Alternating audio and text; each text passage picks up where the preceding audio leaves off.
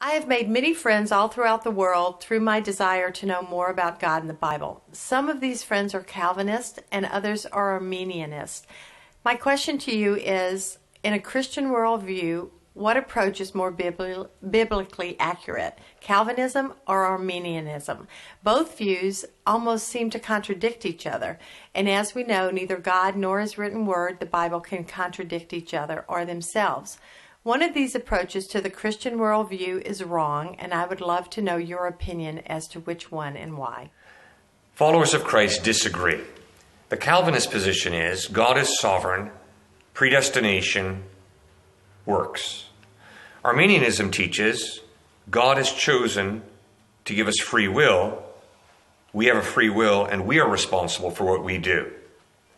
I like the way Paul puts it in Philippians 2:12 and 13. He writes, "Work out your salvation with fear and trembling, for it is God who is at work within you." There are those two ideas, the sovereignty of God and free will, side by side. And Paul does not explain how they come together. He puts those two ideas, the sovereignty of God, the power of God, and free will, side by side, and he does not explain how they come together perfectly. Work out your salvation with fear and trembling. That's free will. You work out your salvation with fear and trembling. For it is God who is at work within you. There's the power of God, the sovereignty of God at work in our lives. It's fascinating to study the Hebrew mindset regarding the sovereignty of God and free will. For instance, in the book of Job, Satan comes to Job and asks for permission to toss Job about and make him suffer. God grants Satan permission. So who's actually bringing suffering into Job's life? It is Satan. But who's given Satan permission to do that? God. 2 Samuel chapter 24, verse 1, we read, God incited David to count the fighting men, and then judges him for it. But in 1 Chronicles 21:1 we read, Satan incited David to count the fighting men, and then God judges him for it. So who does it? Is it God or is it Satan who incites David to count the fighting men?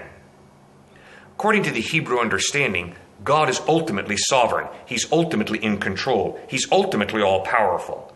But Satan is given power and can do things.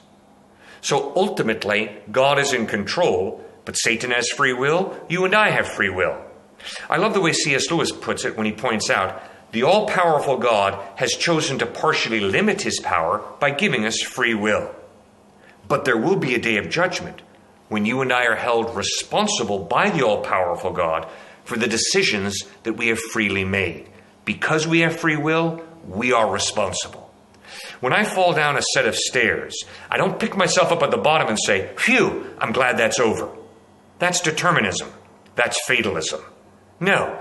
When I fall down a set of stairs, I pick myself up at the bottom and say, idiot, pick up your feet and don't stumble.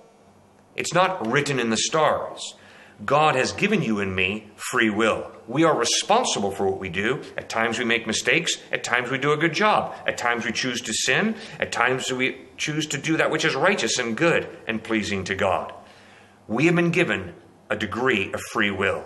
The all-powerful God has chosen to partially limit his power by giving us this free will.